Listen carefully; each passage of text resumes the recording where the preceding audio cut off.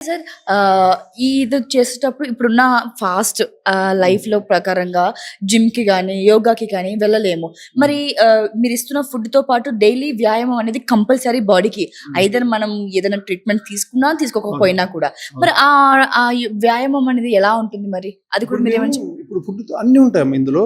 ఇందులో ఎలా అంటే మనకు జబ్బులు ఎక్కడి నుంచి వస్తాయనేది మనకు తెలుస్తా ఉంటది కదా! ఆ! మన అనుభవాన్ని బట్టి, యెస్. యెస్. వీటిని బట్టి. హ్మ్. మాక్సిమం వచ్చేది ఎక్కడి నుంచి ఇటు ఫుడ్డు, అటు మనకి వ్యాయామం లేక, అటు స్ట్రెస్. ఈ 3 స్ట్రెస్. ఉంటాయి కదా! యెస్. మనం ఈ మూడిటికి ఉంది ఇప్పుడు మనకి. ఆహా! ఒక్కటి కాదు మనం ఒక యాంగిల్ తీసుకోవట్లేదు. ఆహా! అక్కడ ఫుడ్డు, ఇప్పుడు చెప్పిన విధానంగా ఫుడ్ ఎళ్తది. హుహు. అంతా మళ్ళీ యోగా ఎళ్తది. హుహు. యోగా అనేది అద్భుతం అమ్మా. హుహు. మైక్రో న్యూస్ ఎట్లా అద్భుతమో దీంట్లో వచ్చేసరికి మనకి వ్యాయామాల్లో యోగాని మించింది ఉండదు. అందుకే అంత వరల్డ్ ఫేమస్ అయిందంటే ఊరక కాలేదు. యెస్. వేరే ఏ ఎక్సర్సైజ్‌లు కాలేదు. యోగా అవును. ఎందుకయిందంటే దాంట్లో ఉండే అద్భుతాలు. అవును. నేను దాదాపు గత 25 ఇయర్స్ నుంచి నేను తినని రోజు ఉంటది గానీ, యోగా చేయని రోజు ఉండదు.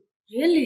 అంత నాకు గ్రిప్ ఉంది దాని మీద. ఓకే. ఏ ఓకే. ప్రాబ్లమ్‌కి ఏ ఆసనం ఇట్లా ఇంత చేసి ఉంటది. నేను అట్లనే అదే వీడియో ఉంటది. అంటే మీరు లైవ్‌లో చూపిస్తారా సార్? ఏ ఆసనం వేయాలి లైవ్ ఏంటని? కాదు. అయితే మనం దానికి పకడ్బందీ వీడియో తయారు చేసాం. ఆహా! ఏ ఆసనం ఎందుకు చేయాలి? ఎంతసేపు ఉండాలి? దానివల్ల ఉపయోగం ఏంది? రైట్. మొత్తం కంప్లీట్ ఉంటది. ఒక్కళ్ళు కూడా నాకు ఈ ఆసనం అర్థం కావాలని చెప్పరు. అంటే అంత పకడ్బందీగా ఉంటది. హుహు. మళ్ళీ దాని తర్వాత మెడిటేషన్ ఉంటది. హుహు. ఇవన్నీ కూడా ఏంటంటే ముందు సపోజ్ ఒక 100 కిలోల పైన ఉన్నారు. హ్మ్. వాళ్ళు కూడా లైట్‌గా చేసుకుంటూ పోతే 10, 15 డేస్‌లో ఆసనాలు వచ్చేస్తాయి. ఓకే. ఓకే. వాళ్ళకి వెయిట్ ఎక్కువ ఉన్నోళ్ళు ఒక 7, 8 ఆసనాలు చేస్తే ఆ! సరిపోద్ది.